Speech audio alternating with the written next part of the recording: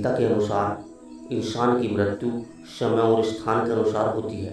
इसी बात को सिद्ध करने के लिए आज हम आपको एक छोटी सी कहानी के माध्यम से बताने वाले हैं कि इंसान की मृत्यु किस तरह से होती है। तो चलिए दोस्तों शुरू करते हैं। एक बार की बात थी, एक वृक्ष की शाखा पर एक कबूतर बैठा हुआ था। अभी सभी देवता पृथ्वी की परिक्रमा करते हुए उस पेड़ की तरफ को निकलते जा रहे थे। तभी सभी देवी देवताओं ने उस वृक्ष की तरफ को मुड़कर देखा और उस कबूतर को भी देखा, और उस कबूतर को देखकर सभी देवी देवता हंसने लगे और हंसकर आगे बढ़ गए। तभी कबूतर संकोच में पड़ गया कि आखिर ये सभी देवी देवता मेरी तरफ देखकर क्यों हंसे। इतना सोचते सोचते तभी वहाँ पर आकर हंस आकर बैठ गया। हंस कबूतर से कहने लगा, भाई मुझे आप परेशान दिख रहे हो, आखिर वजह क्या है परेशान होने की। हंस भाई, अभी अभी सभी देवी देवता परिक्रमा करते हुए निकल कर जा रहे थे और मेरी तरफ देखकर हंस कर गए, इसकी क्या वजह हो सकती है। हंस तभी बोला, इसके बारे में तो मैं बहुत अच्छी तरीके से जानता हूँ कबूतर भाई, मैं आपको बता रहा हूँ वे आपकी तरफ को देखकर हंसकर क्यों गए हैं। कबूतर भाई, आज आपकी पूरे दिन में कभी भी मृत्यु हो सकती है, क्यों ना आप यहाँ से जल्दी चले जाइए। लेकिन हंस भाई, मृत्यु तो कहीं भी आ सकती है, इस तरह से बचकर क्या होगा।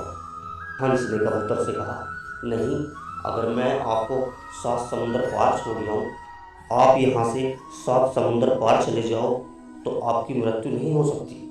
तभी कबूतर हंस से बोला, हंस भाई, अब तो रात्रि भी होने वाली है और मेरी रफ्तार तो 7 समुंदर पार जाने की बिल्कुल योग्य नहीं है, और नहीं मैं इतनी जल्दी पहुंच सकता, क्योंकि आपने बताया कि आज पूरे दिन की अवधि में मेरी मृत्यु हो जाएगी और रात्रि तो होने ही वाली है। दोस्त, आप चिंता मत करो, मैं आपको अपनी पीठ पर बैठाकर और तुम्हें 7 समुंदर पार छोड़ के आ जाऊंगा, फिर मृत्यु आपका कुछ नहीं बिगाड़ सकती। तभी हंस अपनी पीठ पर बैठाकर कबूतर को 7 समुंदर पार छोड़कर आ जाता है और वापस कबूतर के स्थान पर आकर बैठ जाता है। उधर से सभी देवी देवता पृथ्वी की परिक्रमा करके फिर दोबारा उस पेड़ की तरफ को निकलते हुए जाते हैं। देखते हैं कि वहाँ पर कबूतर नहीं बैठा हुआ है, वहाँ तो हंस बैठा हुआ है।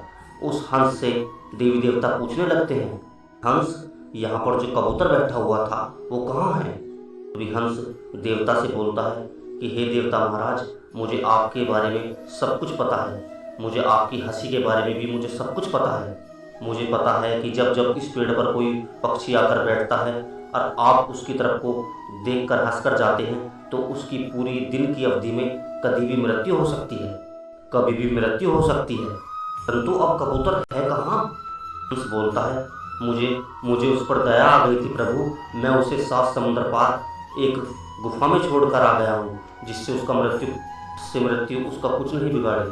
किंतु हंस, हम हंस तो इसीलिए रहे थे क्योंकि उसकी मृत्यु होती तो अगर कैसे होती, परंतु हमारी हंसी का कारण तो यही था कि उसकी मृत्यु का समय तो नज़दीक आ रहा था और दूरी दूर थी, तो वो पहुँचता तो कैसे पहुँचता। इसी चमत्कार को देखते हुए तो हम हंस रहे थे कि ये चमत्कार आखिर होगा कैसे।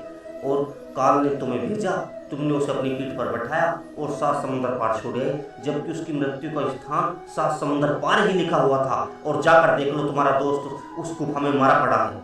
लेकिन प्रभु, ये तुम क्या कह रहे हो, मैं तो उसे 7 समुंदर पार इतनी दूर छोड़े आया हूँ, वहाँ तो मृत्यु पहुँच भी नहीं सकती।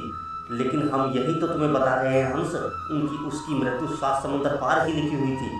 हम इसी सोच में पढ़कर तो हंस रहे थे, आखिर ये कबूतर वहाँ पहुँचेगा तो कैसे पहुँचेगा, और आपने काल बनकर उसे वहाँ पर पहुँचा दिया और उसकी मृत्यु हो गई। तभी हंस उड़कर वापस उसी गुफा में 7 समुंदर पार जाता है और बड़ी रफ्तार से उड़कर जाता है, और जाकर देखता है तो उस गुफा में वो कबूतर मरा मिलता है।